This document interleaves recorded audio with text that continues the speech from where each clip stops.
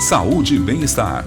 Entrevistas, dicas e informações sobre saúde para melhorar a sua qualidade de vida. Olá, amigos da Grande FM, estamos chegando com mais uma edição do nosso Saúde e Bem-Estar. Esse encontro marcado que temos de segunda a sexta-feira para falar sempre de assuntos importantes, assuntos relevantes aqui nos nossos canais digitais, no YouTube e no Facebook.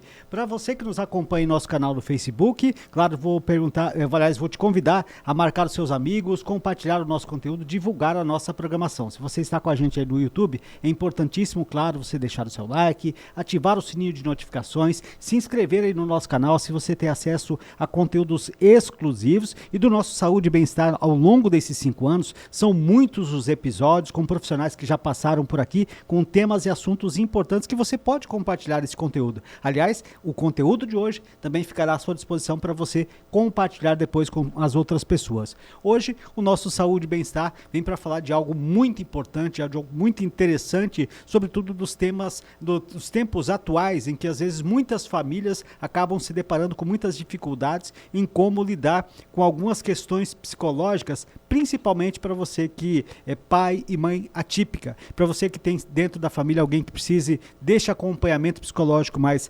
adequado, de orientações importantes, e é sobre isso que nós vamos falar no programa de hoje. Quem está aqui com a gente é a Maria Caroline Cavanha, ela que é psicóloga, trabalha sobretudo com pessoas que têm o diagnóstico do autismo e que vem aqui ao longo do nosso programa de hoje tentar junto com a gente falar um pouquinho mais a respeito disso. Primeiro, Maria Carolina, quero te agradecer e te desejar boas-vindas aqui ao nosso programa. Seja bem-vinda à nossa Rádio Grande FM.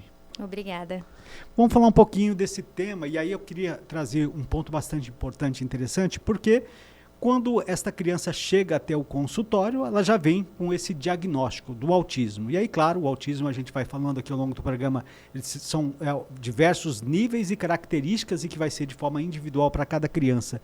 Mas quando essa criança chega para você, qual é a necessidade? O que efetivamente é o teu trabalho, o teu papel dentro desse acompanhamento desta criança? Em primeiro lugar, é o acolhimento. Acima de tudo, porque receber um diagnóstico, seja ele qual for, sempre traz um impacto na vida de qualquer pessoa, né? Então, ter o acolhimento com essa família e, é claro, tirar todas as dúvidas, porque sempre tem, né? Eu imagino que dentro da cabeça deles passa um turbilhão de informações, porque a primeira coisa que faz quando recebe um diagnóstico é procurar, né, através da internet, quais são os requisitos, se a criança se enquadra mesmo naquilo, porque a partir desse momento a pessoa também passa a viver um luto, né? Porque perdeu o filho ideal, né? Aquela criança, entre aspas, assim, que é perfeita. Então, assim, as dúvidas, elas são inúmeras, então nesse primeiro momento é muito importante o acolhimento. E aí, olhando para a criança propriamente dita, porque até ter-se o diagnóstico, às vezes a criança ela tem certos comportamentos e aí ela enfrenta às vezes resistência, às vezes ela passa pelo bullying, ela passa pela incompreensão, inclusive dentro da própria família. Aí vem o diagnóstico e aí você precisa mudar a chave para levar esse olhar diferente ou como você vai conduzir a vida dessa criança diferente. Ela também é impactada sobre isso, né? Ou seja, ela recebe um choque ali de realidade que para ela psicologicamente também é difícil de ser lidada, né? Geralmente, a realidade, né, contemporânea, pelo menos para a gente na psicologia, são diagnósticos mais precoces, né? Hoje eles já chegam para a gente antes, geralmente dos 2 anos, os pais eles já conseguem estar ali identificando as fases de desenvolvimento da criança. Então, percebe-se um atraso ali, eles já vão em busca de uma orientação médica, né? De alguma informação. Hoje também as crianças estão indo mais cedo para as escolinhas, né? Para as creches. Então, assim, essa parte ajuda bastante a reconhecer alguns sinais, a prestar mais atenção, né? Em uma predisposição, talvez, que tenha a ver com um atraso no neurodesenvolvimento. Mas, quando a criança já tem, assim, talvez ela é grande, não tem um diagnóstico, né? Mas, acima de tudo, a escola, propriamente dita hoje, eu considero eles como um grande aliado e uma soma muito grande também nessa parte do acolhimento, né? E de prestar atenção na individualidade de cada criança. Eles começam a perceber que aquela criança, às vezes, ela é muito inteligente, mas tem ali uma questão social que está atrapalhando, né? Ela melhorar no sentido de fazer ou manter amizades, ou muito tímida. tímida. Então, assim, eles já buscam procurar saber o que está acontecendo, né? E aí, através dessa rede de apoio, eles fazem alguns encaminhamentos para as famílias e, a partir disso, eles vão procurando ajuda. Você falou aí da palavra acolhimento e acho que isso é bastante interessante, porque quando você realmente passa por algo diferente, quando você é bem acolhido, a tendência é você enfrentar de maneira diferente, de uma maneira muito mais simples, não simples, mas talvez mais fácil. Mas a aceitação também ela é fundamental, né? Porque eu conheço histórias de famílias que às vezes até recebem lá o diagnóstico, ou, olha, tem a suspeita, ou tem essa questão, e demora a aceitar essa realidade. Essa aceitação também é porque há um conflito interno em relação, talvez, daquilo que ela tinha como expectativa a respeito desse filho, né? Sim, exatamente. A questão do acolhimento ela é extremamente importante, a gente fala nessa primeira fase, né? Porque a gente também precisa daí contar com a família, porque ela vai em busca ali de um tratamento, porque o TEA ele não tem cura, mas ele tem um tratamento e, assim, o nosso papel enquanto psicólogo é passar para a família como é feito o nosso trabalho, né? De que forma é essa estrutura, o que é feito para uma criança a gente não faz para outra. Então, isso vai também de observar, né, e avaliar as habilidades que essa criança tem, o que a gente precisa desenvolver, o que talvez está em muito atraso, né? E que barreira que a gente tem que diminuir também para poder evoluir essa criança. E nessa parte, desse contexto inteiro, a família ela entra como a parte principal. Ela é central nesse momento, porque a gente tem que trabalhar junto para poder ter um resultado da forma que a gente imagina, da forma que tem que ser e do que eles esperam também. Isso é tão interessante que a gente está falando agora, primeiro da questão do diagnóstico precoce. Você falou cada vez mais cedo estão sendo diagnosticadas crianças com autismo. E aí também é preciso ter a importância de quanto mais cedo iniciar esse tratamento e a psicologia vir junto nesse processo, também a tendência de um resultado mais satisfatório é maior, porque você pegou aquilo também no estágio, né? Exatamente. Hoje inicia-se, né, mais precocemente essa questão do diagnóstico, mas eu imagino também que isso aí é resultado de uma luta, né, das famílias que já têm uma criança atípica, das mães em especial. A gente fala de mães porque é uma realidade que eu vivo dentro da clínica, né? Outras pessoas também que atendem esse público sabem.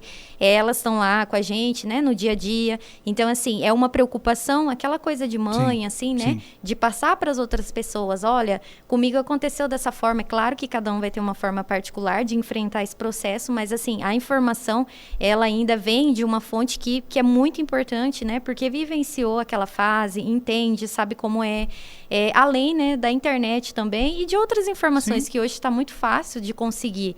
Então, quanto mais cedo a gente conseguir identificar ali as fases do desenvolvimento da criança, melhor resultados a gente vai ter. Muito bem, vamos falar um pouquinho exatamente dessa preparação, porque essa criança que ela tem esse diagnóstico, ela inicia esse trabalho, por exemplo, contigo ou com qualquer outro profissional da psicologia, me parece ser uma preparação porque ela tem que ir para o mundo, ela volta para o mundo novamente. A gente nem quer, e aliás o certo nem é isolar essa criança, que vamos ter escolas separadas, ambientes... Não, ela precisa ser integrada à comunidade. Só que às vezes a comunidade, a escola, às vezes ela é cruel com essa criança, exatamente por não ter esse entendimento, e ela vai se deparar lá com muita dificuldade. Esse trabalho da base psicológica vem exatamente para dar esse suporte quando ela voltar ou quando ela entrar efetivamente no mundo como ele é? Sim, nesse momento eu acredito que o diálogo, né, e a comunicação, ela é fundamental, né, nesse processo, porque assim, embora talvez as pessoas elas não concordem, né, da forma que deve ser trabalhado com essa criança, a gente precisa entender, eu entendo hoje a escola, tá, sim, como um processo de ensino, ela está lá para ela passar o ensino, mas eu entendo também que esse ensino, ele precisa ter detalhes onde eles consigam identificar, né, sim, os professores, a escola, a instituição, que quando uma criança ela tem limitações para ela atingir o processo pedagógico, seja lá de que forma for, a gente precisa ter alternativas, né, para estar incluindo ela, porque no meu ponto de vista, eu, Maria Caroline, não acho que a inclusão de uma criança especial é só do portão para dentro, sim, né? né? A gente precisa incluir de todas as formas um contexto geral na instituição. E é muito interessante isso que você está dizendo, porque exatamente se o mundo está mudando, nós estamos numa contemporaneidade diferente, se você tem cada vez mais diagnósticos, se você tem cada vez mais crianças com essas características, o ensino, o aprendizado deveria acompanhar isso, estar também nesse processo de evolução para que possa, inclusive, criar as linguagens corretas desta comunicação. Acho que a gente está muito atrás ainda nesse sentido, né? Sim, exatamente. Aqui, atualmente, né, existe os professores de apoio, né, dentro das escolas, mas aí é graças à lei, né, Sim. que se criou para as crianças, em específico com TEA. Mas o que eu percebo, tá? Assim, a minha visão enquanto profissional também. Sim. Eu entendo que o mundo, ele gira de todas as maneiras e todo mundo quer uma oportunidade, né, em algum canto. Mas essa questão de trabalhar com uma criança especial e atípica, isso tem a ver com a sua essência, Sim, né? sim. Você precisa gostar, porque você tem que ter, além de tudo, paciência. Então, você tem que olhar aquela criança de uma forma individual. Eu posso ter aqui 2 crianças que está escrito no papel, fulano de tal, nível, um exemplo, 2 de suporte, que ainda usam isso, né? Uhum. E aí eu vou ler lá, são nível 2 de suporte, então eu pensei em fazer uma atividade para essa criança dessa forma. Não vai funcionar. Porque às vezes você vai ter um hiperfoco em alguma coisa que é diferente, que isso a gente também tem que entender, que é particular do sujeito, tá? Isso tem a ver, daí a gente coloca como subjetividade. E aí a outra criança também vai ter uma maneira particular de funcionar. Então, eu preciso imaginar, né, aquela criança funcionando do jeito que ela é. E aquela outra criança também. Sim. Mas, para isso, né, a gente precisa querer, né? A gente tem que ter paciência, né? Tem que ter amor, compreensão. Né? Eu acho que passa muito por isso, né, Maria? Também. Porque você está me trazendo algo que é bastante interessante, que primeiro você tem que querer, mas isso volta lá para o amor. E, obviamente, que o conhecimento ele vem depois para te ajudar exatamente a aplicar esse amor que você tem de uma forma técnica que traga esse resultado. Esse resultado ele pode vir ao longo do tempo. Voltando para o teu trabalho específico lá no teu consultório com os teus pacientes, a gente falou de que cada vez mais cedo as crianças estão chegando e tendo que passar por isso. E que bom que elas estão indo cada vez mais cedo lá. Esse acompanhamento psicológico se dá na maioria dos casos para toda a vida ou, como a gente está falando agora de forma particular, isso depende muito de cada um dos pacientes? Não se dá para toda a vida, tá? A gente trabalha em especial ali na clínica para que a criança ela tenha uma qualidade de vida e para isso a gente entende que em algum momento a gente libera ela para ela viver o mundo da forma que ela é, da forma que ela entende, da forma que a gente preparou ela, né? Claro, tem casos que sim, tá? Mas chega um momento que a determinada terapia talvez ela estacione, a criança estacione, ela não consiga mais avançar, né? Naquela estrutura daquela terapia. Então, assim, daí procurar alternativas. Aí existem alternativas que os pais podem, né, estar procurando para ver, para que aquela criança continue. Porque o interessante, porque o autismo em específico, ele é um atraso no neurodesenvolvimento, está ligado à nossa questão cognitiva. Então, a partir do momento que a criança ela não avança mais em uma determinada estrutura de atendimento, ela também não pode ficar parada, né? Porque senão o que a gente conseguiu de ganhos e avançando através de estímulos e o tratamento, ela começa a perder, né? Porque não tem estímulos cognitivos. Então, ela termina regredindo.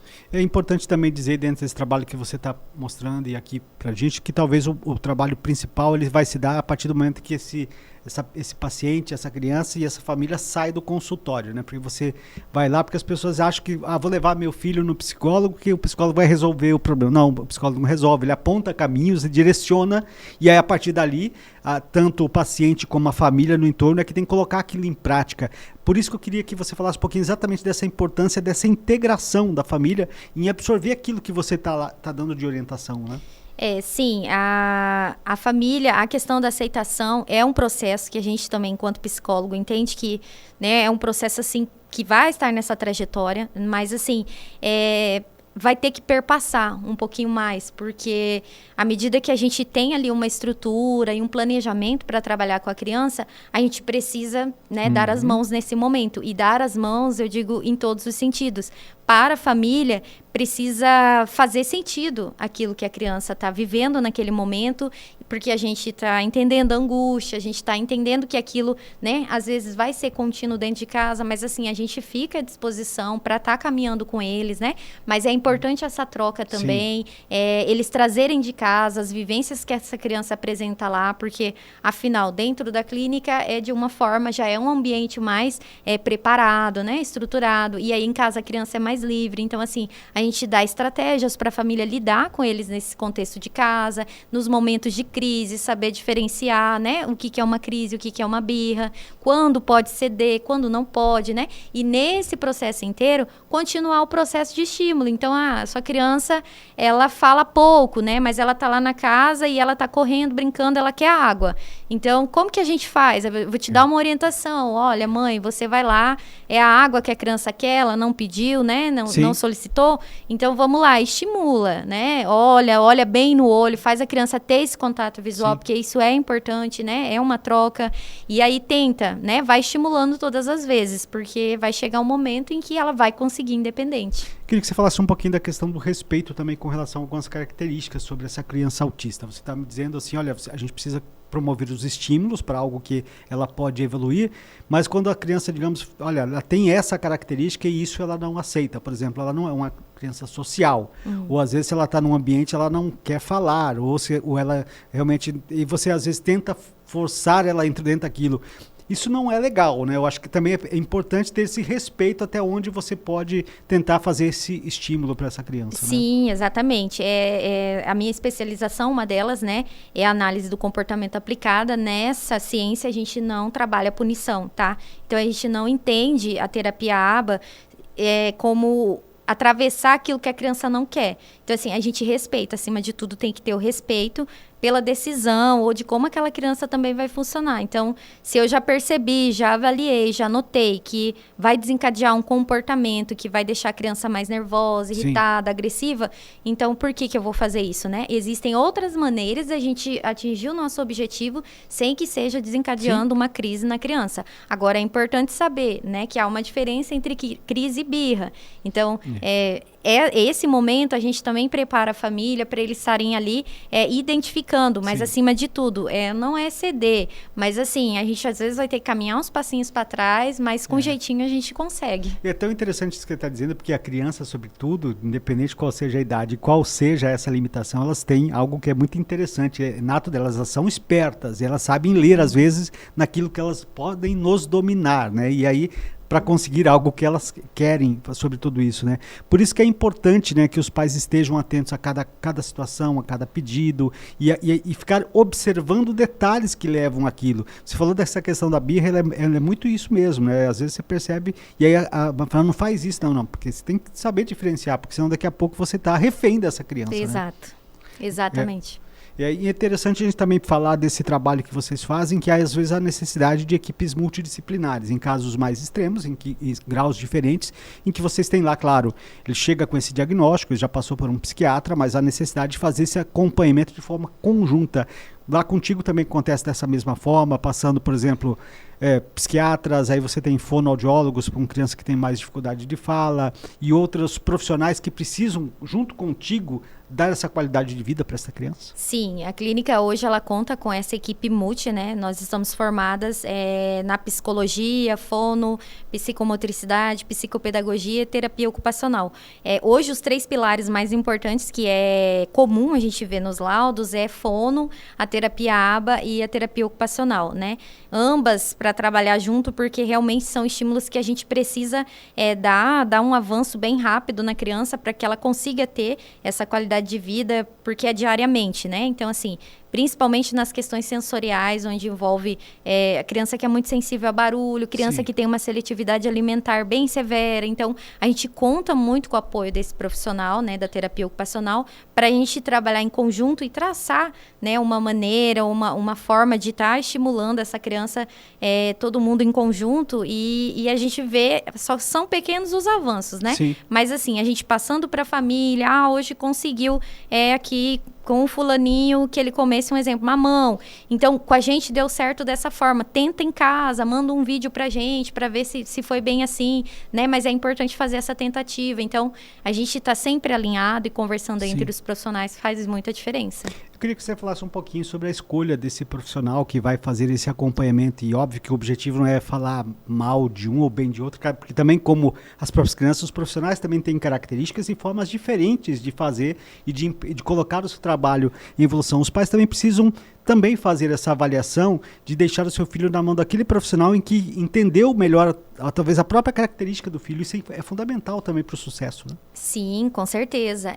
Hoje, assim, falando do meu ponto de vista, tá? Enquanto profissional, eu já trabalho nessa área já tem muito tempo, né? Saí da faculdade, já me envolvi diretamente, porque, assim, eu amo fazer o que eu faço, eu gosto de criança, prefiro lidar com eles, e para mim nunca é um desafio ter que sentar e estudar sobre isso. A questão do conhecimento, a gente sempre tem que estar atualizado, né? O mundo como ele está hoje, com tanta tecnologia, com tanta informação, tanta coisa vindo aí, a gente precisa realmente fixar um ponto, né? E daquele ponto a gente ter um começo, meio e um fim.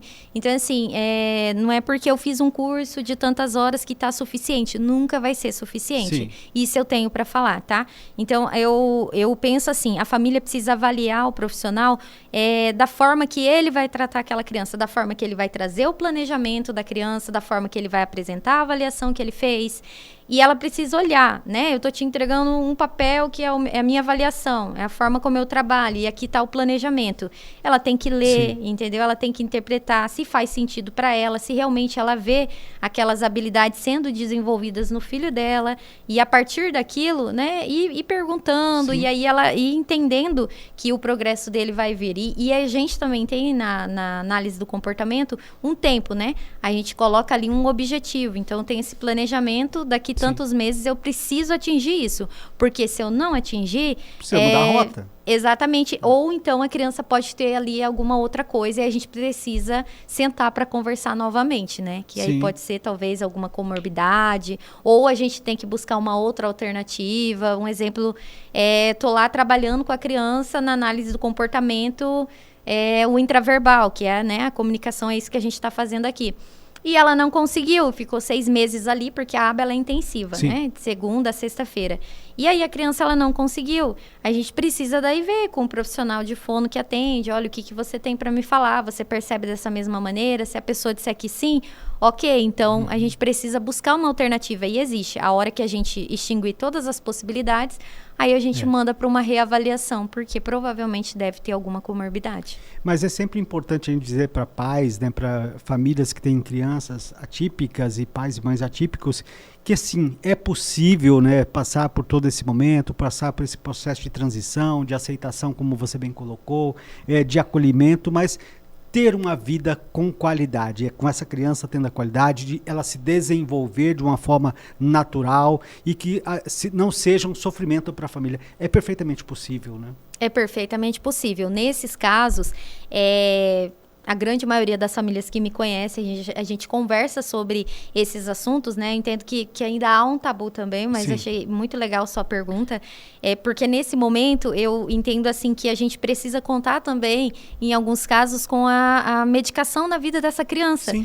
Eu entendo que isso também passa a ser um luto, né? Também é difícil de ser aceitado, porque, poxa, meu filho vai tomar um remédio, mas a gente tem que entender que, às vezes, naquele momento, vai ser um benefício, que associado junto à terapia, a gente vai conseguir, né, desenvolver essa criança mais rápido, a gente vai conseguir, e a criança também vai ficar bem, né? Vai ter uma qualidade de vida de um sono bom, que é isso que você está falando.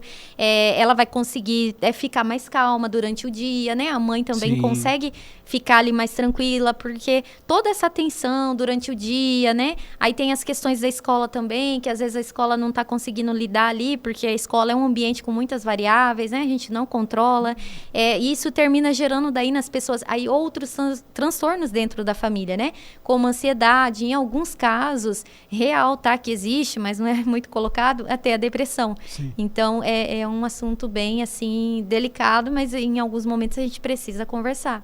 Você falou aqui em um momento do nosso bate-papo que você não tem, digamos assim, não uso essa palavra, preguiça, mas está sempre buscando se atualizar e evoluindo no sentido de oferecer aquilo que é de melhor para os seus pacientes, para as famílias. E hoje a gente pode dizer assim, tanto a psicologia infantil, a psicologia de maneira geral, mas o acompanhamento de crianças atípicas, de crianças com autismo, evoluiu bastante também, né? Hoje felizmente, a gente tem visto cada vez melhores profissionais, melhores formas de acompanhamento, de tratamento, até a própria medicação tem evoluído muito. Acho que isso, quando olha para o futuro, a gente percebe que a gente está muito próximo de chegar a algo assim, no nível de excelência no acompanhamento dessas crianças, né?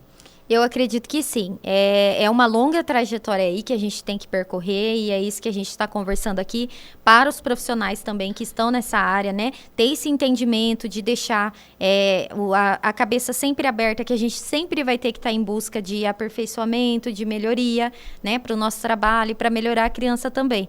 E aí, a partir disso, a gente deixar, né, esse resultado na vida da criança e das famílias, porque a partir do momento que você compartilha aquilo que você sabe, sim, o que você está escrito no papel e você aprendeu a fazer, não precisa ser 100%, mas 80% melhorando a vida daquela família quando aquela criança está longe da terapia, eu, Maria Carolina, considero isso de grande excelência. Então, assim, quem me conhece, quem está comigo desde lá do início sabe que todas as vezes que eu estou buscando uma melhoria nesse conhecimento, eu estou sempre passando para as famílias, porque eu acho que é muito relevante, é muito importante e nos momentos que eu posso também, passo para a comunidade, passo para todo mundo que precisa saber.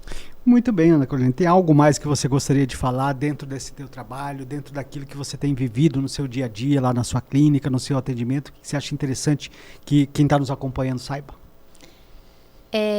Que acima de tudo a gente tem que ter o acolhimento e o amor, né, pelas crianças e pela família, e empatia também para entender, sim, que não estamos dentro do ambiente enquanto profissional apenas para fazer o nosso trabalho, temos que perpassar, né, essa barreira aí e entender que a gente está ali para fazer realmente a diferença na vida da criança. Reconheço que às vezes a família vai chegar entendendo que é uma clínica, que vai ter que oferecer o atendimento e do portão para fora é aquilo, acabou. Mas em alguns casos eu deixo para todo mundo que está na área, né, e acompanha também o nosso trabalho, guardar, né, o protocolo na gaveta, deixar de, sim, lado aquela sinalização ali e aí conversar de igual para igual. Embora em alguns casos a gente não consiga entender, talvez porque não tem um filho, né, com uma necessidade, sim, especial, mas assim, se colocar no lugar daquela família, tentar imaginar como seria, né, se fosse com a gente ou se tivesse na nossa família, e aí o que a gente pode contribuir, né, continuar contribuindo para que a criança avance cada vez mais e a família também tenha saúde, né, e todo mundo viva feliz. Perfeito, quero te agradecer por estar aqui com a gente, trazer esse assunto tão importante, tão interessante, tão esclarecedor para quem nos acompanha em nossos canais digitais e dizer que será sempre um prazer recebê-la aqui com a gente. Obrigada.